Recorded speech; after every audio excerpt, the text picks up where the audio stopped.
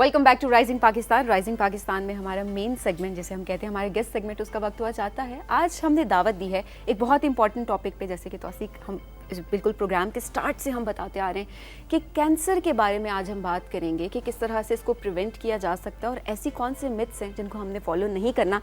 लेकिन definitely in चीज़ों पे बात करने के लिए हम किसी स्पेशलिस्ट को ही यहाँ बुला सकते हैं और स्पेशलिस्ट की राय ही हम जान सकते हैं।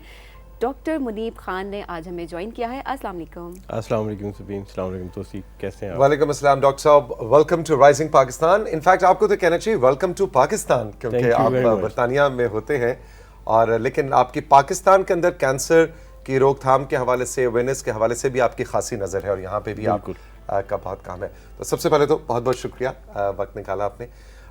लेकिन अब कहानी कहाँ से शुरू करें? वो जो आपने हमें कल एक बात बता दी है सबीन और मैं तो बस रात को से बड़े परेशान हैं कि हर ह्यूमन बॉडी के अंदर कैंसर नेचुरली मौजूद होता है। Is that correct? जी, बल्कि मैं तो कहता हूँ कि एक अच्छी खबर है ये। अच्छा। और लोग सुनते हैं और परेशान हो जाते हैं कि इसमें अच्छी खबर क्या है कि हर इंसान के अंदर, मेरे और आपके जिस्म के अंदर रोज़ाना कई सौ कैंसर के खलिए पैदा होते हैं, कैंसर सेल्स। अच्छा। अब इसमें अच्छी खबर कहाँ है? अच्छी खबर यह है कि आपका जिस्म उन सब को मार देता है। तो साथ ही साथ हमारे जिस्म के अंदर एक इंतहाई मुअस्सर दिफाई निज़ाम है जो कैंसर को पैदा होते ही ख़त्म कर देता है। कैंसर का बच जाना जो है वो एक अचंभा है। इट्स एन ऑडिटी कि क्यों बच जाता है। और अगर हम एक ऐसा तवाज़न रखें, बैलेंस रखें कि कैंसर के खलिए पैदा होने में और हमारे जिस्म की उस सलाहियत में जो उसे ख़त्म करता है वो बरकरार रहे, तो हम सारी उम्र कैंसर के बगैर गुजार सकते हैं। जहाँ ये तवाज़न ख़राब हो जाता है और हम अपनी ग़ज़ा में, अपने माहौल में ऐसी चीज़ों को ले आते हैं जिनकी वजह से कैंसर की अफज़ाइश ज़्यादा होती है, तो जिस्म का जो दिफाई निज़ाम है वो उनसे मुकाबला नहीं कर सकता और फिर कैंसर बच जाता है। तो इसी चीज़ पे मैं काम कर रहा हूँ, क्योंकि आम तौर पे जो बड़ी बड़ी कंपनियां हैं जो दवाइयां बनाती हैं, उनका सारा जोर होता है कि कैंसर के इलाज की दवाई कैसे बनाई जाए। बिल्कुल ठीक, क्योंकि अगर आप उसमें करोड़ों रुपए डालेंगे तो अरबों रुपए कमाएंगे। बिल्कुल। जो काम मैं और मेरे दोस्त कर रहे हैं, और ज़्यादातर हम पाकिस्तानी हैं और इस बात पर हमें बड़ा फ़ख्र है कि ये काम दुनिया में पहली दफ़ा कैंसर प्रिवेंशन का पाकिस्तानियों ने शुरू किया है और इसे हमने किलिंग कैंसर काइंडली का नाम दिया है कि कैंसर को ख़त्म किया जाए। इस पर हमारे यूट्यूब पे वीडियोज़ भी हैं, इंफॉर्मेशन भी है, वेबसाइट भी है। और हमारा यानी ये लाइफस्टाइल चेंज की बात आप करते हैं? बिल्कुल, लाइफस्टाइल चेंज की भी, और कुछ ऐसी आम चीज़ें जिनके करने से कैंसर को आसानी से रोका जा सकता है, लेकिन आवाम को इसके बारे में नहीं पता। बताइए। नंबर वन, सबसे पहली बात यह है कि अगर आप अपनी ग़ज़ा में कुदरती चीज़ें इस्तेमाल करें, जिस तरह फल और सब्जियां हैं, तो उससे कैंसर के इम्कानात बहुत कम हो जाते हैं। मसलन अगर आपकी ग़ज़ा में विटामिन ई और सेलेनियम, जो एक मादनी अंसर है, it's a mineral, it's a element, अगर ये ज़्यादा हो तो मर्दों में प्रोस्टेट कैंसर के इम्कानात कम हैं। लेकिन अगर आप वही विटामिन ई और सेलेनियम गोलियों की शक्ल में लें तो 8% कैंसर का इम्कान बढ़ जाता है, एक्सेस हो जाता है जनाब। तो जो मसनूई दवाइयाँ हैं, मल्टी वाइटामिन्स, वो अगर आप बिला ज़रूरत लेंगे, अगर आपकी जिस्म में कमी नहीं है और आप ले रहे हैं, तो उससे कैंसर के इम्कानात बढ़ जाते हैं। और ये अक्सर लोगों को इस चीज़ का नहीं पता, डॉक्टर्स तक को नहीं पता। मिथ भी है कि अमूमन लोग विटामिन्स ले रहे होते हैं कि हम मल्टी विटामिन्स ले रहे हैं ताकि हमारा जो सिस्टम है, हम बेसिकली जो हमारी हेल्थ है उसको इम्प्रूव किया जा सके, इम्यूनिटी बेसिकली उसको स्ट्रॉन्ग किया जा सके। तो एक कहते हैं ना, excess of everything is bad. तो मेरे ख्याल में ये उसके अंदर फॉल करती है चीज़ कि अगर आप कोई भी चीज़ है वो आपके लिए फ़ायदेमंद है, लेकिन आप अगर उसकी ज़्यादती करेंगे, उसका ज़्यादा इस्तेमाल करेंगे, तो वो फिर उसका जो असरअंदाज है, उसका जो असर है वो नेगेटिव भी हो जाता है। और जो मसनूई अज्जा से बनी चीज़ें होती हैं, चाहे वो मल्टीविटामिन ही क्यों ना हो, उनके नुकसानात बहुत ज़्यादा हैं। अच्छा। अगर तो आपकी जिस्म में कमी है और आप ले रहे हैं फिर तो ठीक है, लेकिन जैसे ही वो कमी पूरी होती है, आपको चाहिए कि आप फ्रूट और वेजिटेबल्स, सब्जियाँ और फल इस्तेमाल करें, उससे उस कमी को होने से रोकें आइंदा के लिए। लेकिन ये चीज़ अक्सर लोगों को नहीं बताई जाती। अच्छा, नंबर 2 क्या डॉक्टर साहब? एक तो हो गया फल और सब्जियां, ऑर्गेनिक हमें जाना है, और क्या लाइफस्टाइल में ऐसी कौन सी चेंज है जो करनी है? लाइफस्टाइल में छोटी छोटी सी ऐसी बहुत चेंजेस हैं जो कि हमारे आबा व अजदाद किया करते थे। मसलन अगर आप बाकायदगी से रोज़ा रखें, जिसको अब इंटरमिटेंट फास्टिंग के नाम से बड़ा प्रमोट किया जा रहा है अमेरिका, कनाडा और वेट लॉस के अंदर बड़ी जनाब है। बिल्कुल। और वो कहते हैं कि लगातार रोज़े कभी मत रखिए, हफ्ते में 2 दिन 5:2, 5 days ऑफ फीस्टिंग, 5 दिन आप अयाशी करें, दावत करें, 2 days ऑफ फास्टिंग, 2 दिन आप रोज़ा रखें।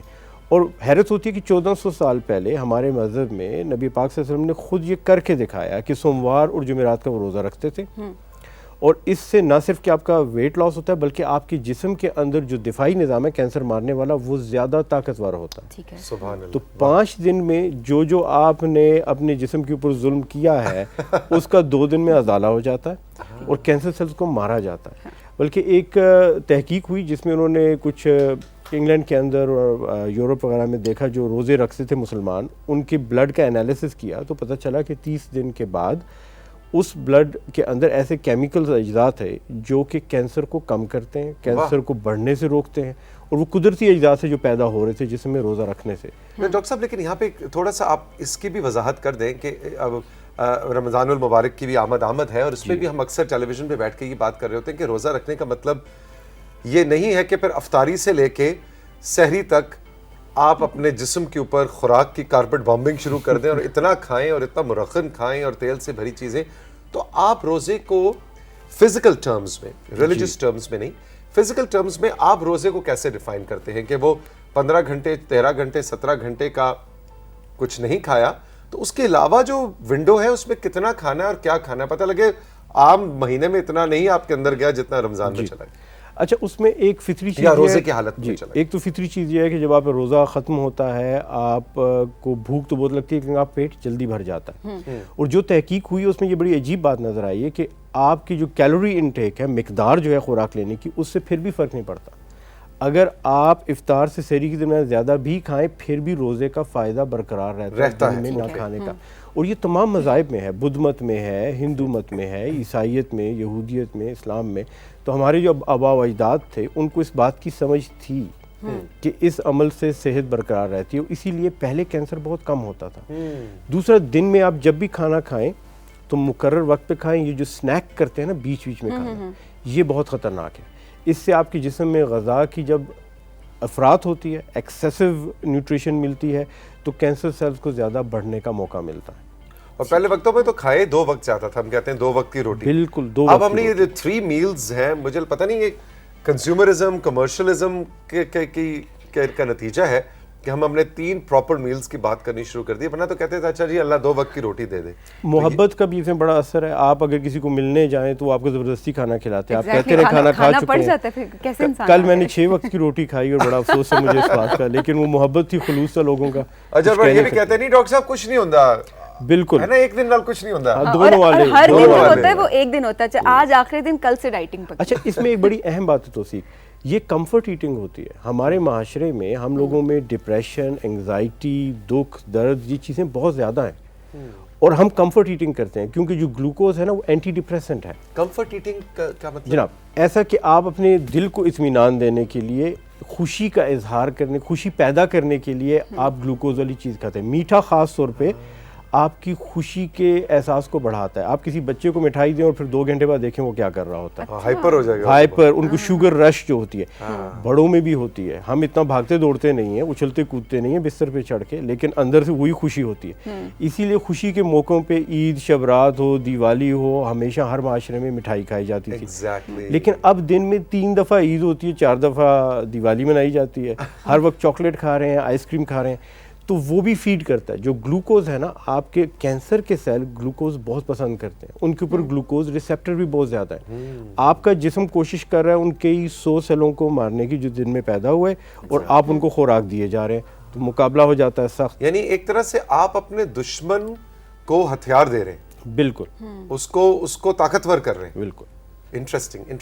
अच्छा डॉक्टर साहब, आप कोई मिर्चों और कॉफ़ी की बात भी करते हैं कैंसर के हवाले से? ये भी बड़ी हैरतअंगेज़ बात है कि रिसर्च से पता चला है कि कॉफ़ी के अंदर ऐसे अज्जा हैं, और आज सुबह आपने मुझे बड़ी ज़बरदस्त कॉफ़ी पिलाई राइजिंग पाकिस्तान की, I am very grateful for that, कि वो कैंसर के सेल्स को बढ़ने से रोकती है और उनको फैलने से भी रोकती है। और मिर्चों में भी ये चीज़ पाई जाती है, और यही वजह है कि हमारी खुराक की वजह से एशिया के अंदर जिस किस्म की हमारी खुराकें हैं, जिसमें मिर्चें भी हैं, जिसमें हमारे यहाँ इस्तेमाल कॉफ़ी का अरब ममालिक में, तुर्की में बहुत इस्तेमाल होता है। बल्कि शुरू में जब कॉफ़ी आई थी तो ये इथोपिया से अरब मुल्क में आई और वहाँ से तुर्की में गई, फिर यूरोप, और इसमें 100 साल यूरोप पे पाबंदी रही। इसको कहा जाता था ड्रिंक ऑफ द इनफिडल्स, ये काफरों का ड्रिंक है, मुसलमानों के साथ वो करके।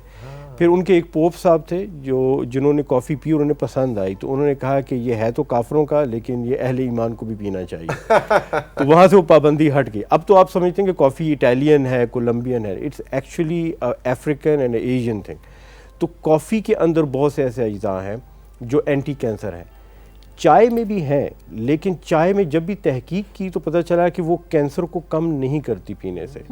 और नतीजा ये निकला कि शायद चाय में जब हम दूध डाल देते हैं और चीनी डाल देते हैं तो उससे उसको जो फ़ायदा है वो डाइल्यूट हो जाता है। कॉफ़ी का बहुत फ़ायदा, लेकिन हमारे यहाँ कॉफ़ी का कल्चर नहीं, क्योंकि we have a sweet tooth, हम लोग मीठा पसंद करते हैं। अच्छा, इसका यही वजह है कि मेरे एक अजीज़ हैं, वो ही इज़ फाइटिंग कैंसर, और वो ब्लैक कॉफ़ी बहुत शौक से पीते हैं। बस शौक से मुराद ज़रूरतन पीते हैं इसकी, शायद उसकी यही वजह होगी। 4 से 5 कप कॉफ़ी दिन में पीने से कई किस्म के जो कैंसर हैं उनके इम्कानात कम हो जाते हैं, ख़ासतौर पर ख़वातीन के जो कैंसर हैं। Okay, interesting. और इसके अलावा एक और दिलचस्प बात आपको ये बताऊं कि अगर आप अपने घर की खिड़कियां दिन में कम से कम 1 घंटे के लिए खोले रखें तो उससे आपको फेफड़ों के कैंसर का इम्कान कम हो जाता है। अच्छा, क्योंकि ज़मीन की तह में बहुत से रेडियो एक्टिव सब्सटेंसेस, यूरेनियम और इस किस्म की चीज़ें, वहाँ से गैस निकलती है जिसे रेडॉन कहते हैं, और वो गैस घरों में जमा होती है, हर ज़मीन के अंदर से निकलती है। कुछ इलाकों में ज़्यादा है, मसलन बरतानिया के शुमाल में ज़्यादा है। तो वो अगर आप हर वक्त घरों की खिड़कियाँ बंद रखेंगे तो वो गैस जमा होती है, वो रेडियो एक्टिव है, उसमें अल्फ़ा पार्टिकल्स होते हैं और वो सांस के ज़रिए अंदर जाके फेफड़ों को नुकसान पहुँचाती है। जिस्म का दिफाई निज़ाम उस नुकसान को ठीक कर देता है, लेकिन अगर उसकी मिकदार बढ़ती जाए तो कहीं ना कहीं उस दिफाई निज़ाम और उसके ठीक करने के अमल में कोताही हो जाती है। तो अपने घरों की खिड़कियाँ दिन में 1 घंटे के लिए ज़रूर खोलें। मुझे पता है सर्दियाँ हैं, हीटर लगे और हम चाहते हैं बिल कम आए, लेकिन इंसानी सेहत से आगे नहीं है। अच्छा डॉक्टर साहब, एक बहुत ही एक और इम्पॉर्टेंट क्वेश्चन, मिथ्स जो हैं इसके बारे में कि ऐसे क्योर किया जा सकता है कैंसर को, स्पेशली जो हम घर में खुद से ट्रीटमेंट्स कुछ कर रहे होते हैं और बाद में पता चलता है जब आप डॉक्टर के पास जाते हैं, मरीज़ की हालत जब बिगड़ती है, फिर डॉक्टर कहते हैं आपको ये चीज़ नहीं करनी चाहिए थी, और उन चीज़ों को हम नॉर्मली उसको इतना कंसिडर नहीं कर रहे होते। तो ऐसी कौन सी चीज़ें हैं जो कि आपको नहीं करनी चाहिए अगर आपके घर में या आप किसी कैंसर पेशेंट का ख्याल रख रहे हैं?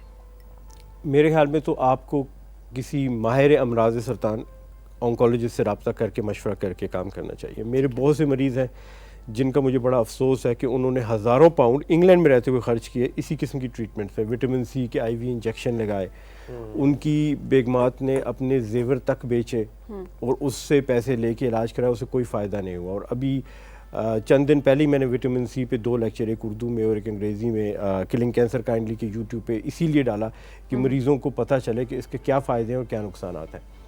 तो तहकीक पूरी दुनिया में हो रही है, कैंसर पे बहुत तहकीक हो रही है, और यकीन करें कि अगर कोई ऐसी दवाई, कोई जड़ी बूटी मिल गई फार्मास्यूटिकल कंपनी को जिससे कैंसर वाकई कम होता है या ख़त्म होता है, तो उन्होंने फटाफट दवाइयाँ बना के मार्केट में फेंकनी है। अरबों खरबों का बिज़नेस है ये।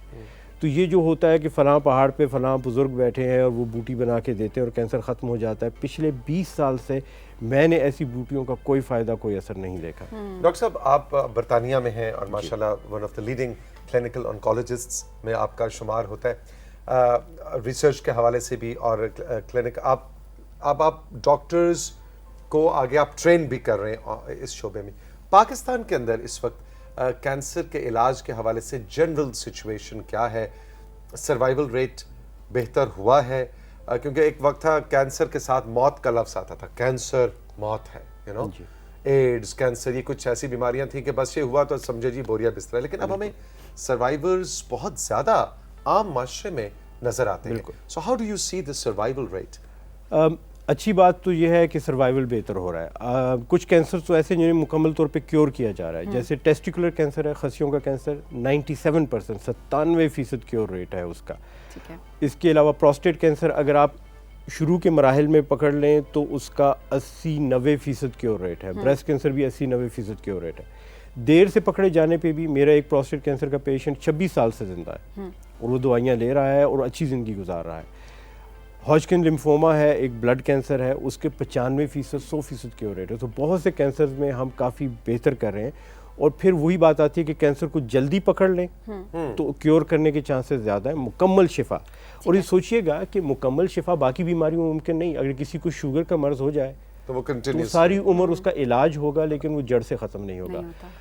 वो बुलंद फिशार खून, हाइपरटेंशन, सेम थिंग कि अगर आपका हो गया एक दफ़ा तो फिर सारी उम्र मैनेज करना है। कैंसर वो वाहिद कैटेगरी है डिजीज़ की, इन्फेक्शियस डिजीज़ के अलावा, कि जिसमें हमारे बड़े अच्छे क्योर रेट्स हैं जड़ से ख़त्म करने के। लिवर कैंसर की क्या सिचुएशन है? लिवर कैंसर भी अगर इब्तदाई स्टेज में पता चल जाए तो उसको ऑपरेशन से भी निकाला जा सकता है, उसकी रेडियो फ्रीक्वेंसी एबलेशन भी की जा सकती है, कीमोथेरेपी भी दी जा सकती है।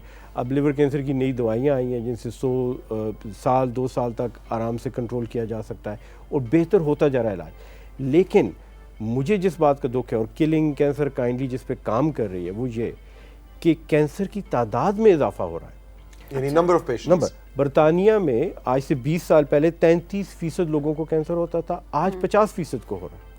और कुर्राए अर्ज पे, प्लैनेट अर्थ पे अल्लाह की बनाई हुई कोई ऐसी मखलूक नहीं जिसमें 50% कैंसर रेट हो। आखिर हम इंसानों ने ऐसा कौन सा मार्का सर अंजाम दे दिया पिछले 20 साल में कि आधी आबादी को कैंसर हो रहा है। बरतानिया में, अमेरिका और ऑस्ट्रेलिया में भी यही हाल है, यूरोप के ममालिक में। हमारे यहाँ थोड़ी सी बचत है रोज़ों की वजह से, फास्टिंग और ये मिर्चें विर्चें जो हम खाते हैं, और बाकी हमारी डाइट में कुछ नेचुरल प्रोडक्ट्स ज़्यादा हैं जिसकी वजह से, लेकिन हमारे भी रेट बढ़ते जा रहे हैं। और मकसद हमारा ये है कि इसको देखा जाए और कम किया जाए और रोका जाए।